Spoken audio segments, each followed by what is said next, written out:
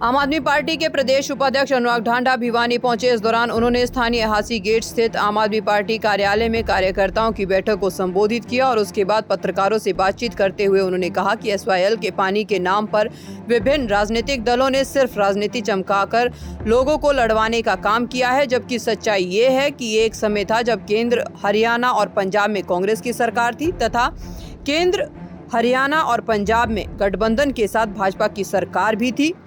उस समय भी एसवाईएल का पानी लोगों को नहीं दिया गया। उन्होंने कहा कि हरियाणा को उसके हिस्से का पानी नहीं मिलना भाजपा सरकार का निकम्मापन है, क्योंकि भाजपा सरकार का ध्यान सिर्फ और सिर्फ लोगों को लड़वाने का है। ढांडा ने कहा कि साल 2019 में नरेंद्र मोदी ने कहा था कि पिछले 75 सालों से एसवाईएल का पानी पाकिस्तान जा रहा था, वे उसे रोकने का काम करेंगे, लेकिन आज 4 साल बीत गए हैं। एसवाईएल का पानी हरियाणा, पंजाब और राजस्थान किसी को नहीं मिला, जिससे ऐसा प्रतीत होता है कि प्रधानमंत्री नरेंद्र मोदी को पाकिस्तान अधिक प्यारा है। उन्होंने आरोप लगाते हुए कहा कि भाजपा सरकार का उद्देश्य सिर्फ लोगों को जाति धर्म के नाम पर बांटकर लड़वाना है। उन्होंने कहा कि भाजपा पहले जनता में फूट डालकर उन्हें लड़वाती है और बाद में जब आग भड़क जाती है तो उस पर राजनीतिक रोटियां सेकती है। देखिए, ये तो भारतीय जनता पार्टी, कांग्रेस और ये जो पहले जितने भी दलों की सरकारें रही, इनका निकम्मापन है कि हरियाणा के किसी हिस्से में अगर पानी नहीं मिल पा रहा है तो वो इन सरकारों का निकम्मापन रहा है। आज के दिन भी अगर आप हालात देखें तो रोहतक और गोहाना और सोनीपत के आसपास के इलाकों में ऐसे हजारों हजार एकड़ जमीन है जो कभी पानी से बाहर ही नहीं आती, सेम आ गई है, वहां पे पानी हमेशा खड़ा रहता है। वहां पे ये वहां से कितनी दूर है, यहाँ से रोहतक, वहां से पंप करके भिवानी में पानी नहीं दे सकते, साल भर आपूर्ति चल सकती है। इंटरनल वाटर मैनेजमेंट नहीं होता। इन राजनीतिक दलों ने एसवाईएल को एक राजनीतिक मुद्दा बना के रखा, लोगों को आपस में लड़ाने के लिए। मैं किस आधार पर यह बात कह रहा हूं? मैं इसलिए ये बात कह रहा हूं कि ऐसा समय आया जब तीनों जगह, केंद्र में भी, पंजाब में भी और हरियाणा में भी, तीनों जगह कांग्रेस पार्टी की सरकार थी। कर देते समाधान। एक ही पार्टी के ऊपर से नीचे तक सरकार थी, कोई सवाल पूछने वाला नहीं था, कर देते समाधान था तो आपके पास। बीजेपी की भी केंद्र में भी और पंजाब में अकालियों के साथ और हरियाणा में तीनों जगह सरकार थी, कर देते समाधान कर सकते थे, तो क्यों नहीं किया? मोदी जी ने 2019 में आके हरियाणा की पॉलिटिकल रैली में झूठ बोला। उन्होंने कहा 75 साल से पानी बह के हरियाणा के हिस्से का, पंजाब के हिस्से का पाकिस्तान जा रहा था, मोदी जी इस पानी को रोकेंगे, उन्होंने खुद दावा किया। आज 2019 को 4 साल हो गए, 5 भी हो जाएंगे। आज मोदी जी को पाकिस्तान ज्यादा प्यारा है, दुश्मन देश में पानी बह के जा रहा है, ना पंजाब को मिल रहा, ना हरियाणा को मिल रहा, ना राजस्थान को मिल रहा। क्यों नहीं रोकते वो पानी? पाकिस्तान से क्या प्यार है मोदी जी का? वो पानी रोक के क्यों नहीं देते पंजाब को, हरियाणा को, दिल्ली को और राजस्थान को? इनका मकसद आपस में एक, कभी स्टेट्स को लड़ाते हैं, कभी जातियों को लड़ाते हैं, कभी धर्म को आपस में लड़ाते हैं। इनका मकसद लोगों को लड़ाना।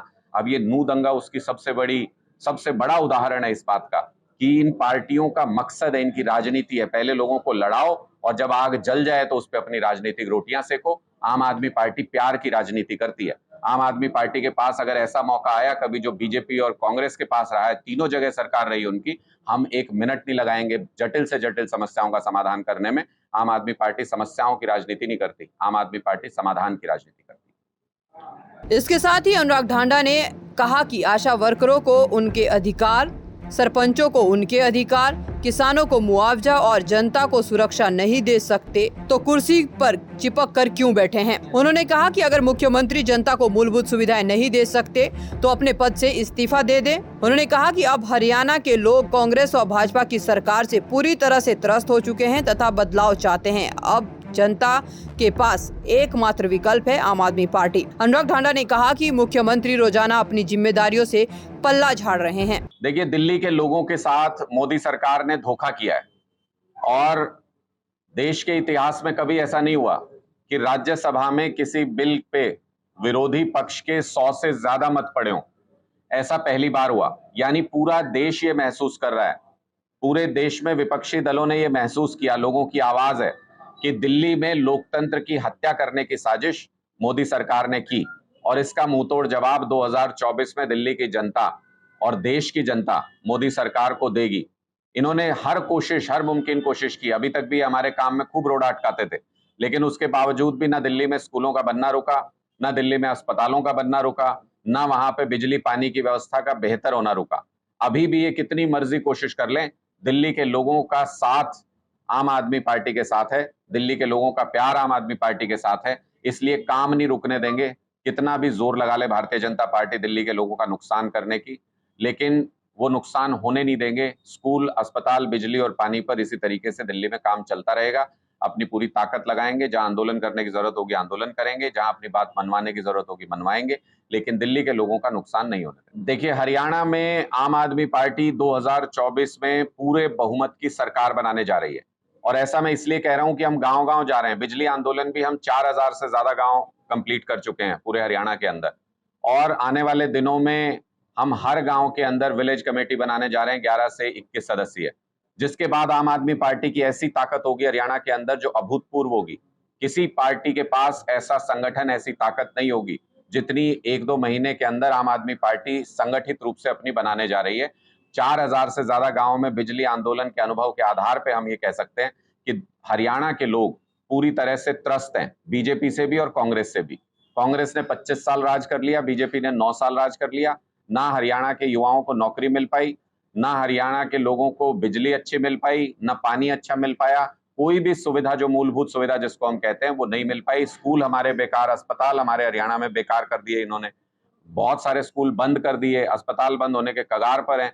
ऐसी स्थिति में लोगों को एक विकल्प की तलाश है। आम आदमी पार्टी वो मजबूत विकल्प है जिसको लोग इतने सालों से ढूंढ रहे थे। इसलिए हमें पूरी उम्मीद है कि 2024 में पूरे बहुमत की सरकार आम आदमी पार्टी बनाने जा रही है। और आज के दिन में जो हालात हैं, जो मुख्यमंत्री हर रोज खड़े होके एक जिम्मेदारी से पल्ला झाड़ लेते हो। कल मुख्यमंत्री का बयान क्या था? कल मुख्यमंत्री कह रहे थे कि ये पेपर सेट करना सरकार का काम थोड़ी है। पेपर सेट खट्टर साहब नहीं कर सकते। ये जितने क्लर्क बैठे हैं 35-400 का ग्रेड, इनको नहीं दे सकते। आशा वर्कर्स बैठी हैं, पक्का उनको नहीं कर सकते। सरपंचों को उनके अधिकार नहीं दे सकते। मुफ्त बिजली नहीं दे सकते, 24 घंटे बिजली नहीं दे सकते, कर्मचारियों को ओपीएस नहीं दे सकते, किसानों को मुआवजा नहीं दे सकते।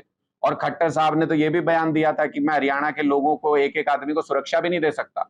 तो जब कुछ दे ही नहीं सकते तो कुर्सी से चिपक के क्यों बैठे हुए हैं? कुर्सी, बैठे बैठे खाली कुर्सी क्यों तोड़ रहे हैं? इससे अच्छा तो रिटायर हो जाइए, 1 साल बचा है, किसी और आदमी को मौका दीजिए, हो सकता है आपसे कुछ बेहतर कर दे वो व्यक्ति। लेकिन भाजपा की सरकार में जो पूरी सरकार है वो पंगु होके बैठ गई है, कोई काम नहीं हो रहा, पैरालिसिस की स्थिति है पूरी सरकार के अंदर। ना कोई नई नीति बन रही है, ना कोई नई भर्ती हो रही है, ना कोई पेपर ढंग से करा पा रहे हैं, ना कोई नौकरी दे पा रहे हैं किसी भी बच्चे को। पूरी तरह से हरियाणा को बर्बादी की कगार पे लाके खड़ा कर दिया। 1 साल बाद, 1.5 साल बाद आम आदमी पार्टी की सरकार आएगी और हरियाणा एक सुनहरा भविष्य लिखेगा। इसके साथ ही आम आदमी पार्टी के बिजली आंदोलन के बारे में बताते हुए अनुराग ढांडा ने कहा कि आम आदमी पार्टी द्वारा बिजली आंदोलन के तहत प्रदेश भर में 4000 गांवों को पूरा किया जा चुका है। आने वाले दिनों में हर गांव में 11 से 21 सदस्यीय विलेज कमेटी बनाई जाएगी, जिसके बाद आम आदमी पार्टी की ताकत हरियाणा में अभूतपूर्व होगी। वहीं भिवानी में मूलभूत सुविधाओं का जिक्र करते हुए भाजपा प्रदेश उपाध्यक्ष ने कहा कि सरकार ने शहर के नजदीक ही डंपिंग यार्ड बनाकर भिवानी को कूड़ा घर बना दिया है, जिसके खिलाफ यहां के लोगों में काफी रोष है। आज यहां भिवानी पहुंचकर सब कार्यकर्ताओं से चर्चा, विचार विमर्श किया, तो ये बात सब लोगों के सामने चर्चा में आई कि भिवानी के अंदर आज के दिन में अव्यवस्था का राज है। और पूरे भिवानी की जो दुर्दशा है वो सिर्फ इसी वजह से है कि यहाँ पर लोगों ने बीजेपी, कांग्रेस, ये पुरानी पार्टियों के साथ एक्सपेरिमेंट कर करके देखा और वो सारे एक्सपेरिमेंट फेल हो गए हैं। भिवानी में सबसे बड़ा मुद्दा जो आज लोगों के जहन में है वो भिवानी शहर के साथ लगता इतना बड़ा डंप यार्ड बना दिया है। सारा कूड़ा आसपास का इलाकों का लाके वहां पे डंप किया जाता है। शहर को कूड़ा घर में तब्दील करने की एक कोशिश चल रही है। उसके खिलाफ भिवानी के अंदर लोगों के मन में गुस्सा है, उसके खिलाफ लोग आवाज उठा रहे हैं। भिवानी की सड़कों का बुरा हाल है। अभी मैं आया तो सारी सड़कें, आप कॉलोनियों में चले जाओ, बाहरी रोड देख लो, सारे टूटे पड़े हैं बुरी तरह से। पीने के पानी की व्यवस्था खराब है। जो मूलभूत सुविधाएं हैं, कुछ भी हो, बिजली की स्थिति आप देख लीजिए, घंटों घंटों कट लगते हैं यहाँ पे।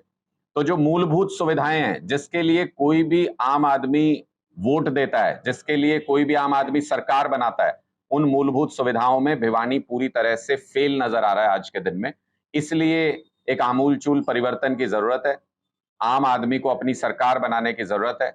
और जो आम आदमी पार्टी बिजली आंदोलन चला रही है इन दिनों, उसका बहुत जबरदस्त रिस्पॉन्स हमको मिल रहा है। गांव गांव में, गली गली में, मोहल्ले मोहल्ले में लोग ये कह रहे हैं कि ये जो पंजाब और दिल्ली के अंदर जो बिजली का मॉडल है वो हमको हरियाणा में भी चाहिए। कोई घर ऐसा नहीं होता मध्यम वर्गीय परिवार तक जिसका 600 यूनिट से ज्यादा बिल आता हो। यानी लोगों को अब ये बात समझ में आ रही है कि 600 यूनिट तक का कंजम्पशन अगर मैं करूंगा और आम आदमी पार्टी की सरकार होगी तो मेरा बिजली का बिल जीरो आएगा, मेरा कोई बिजली का बिल नहीं आएगा। ये बात अब गांव गांव में, शहर शहर में लोगों को समझ में आ रही है, और जितना लोगों को समझ में आ रही है उतनी संभावनाएं 2024 में आम आदमी पार्टी की सरकार बनने की लगातार बढ़ रही है। आप लोगों के कोई प्रश्न है तो आप पूछ सकते हैं। दैनिक सवेरा के लिए भिवानी से अंकित ठाकुर की रिपोर्ट।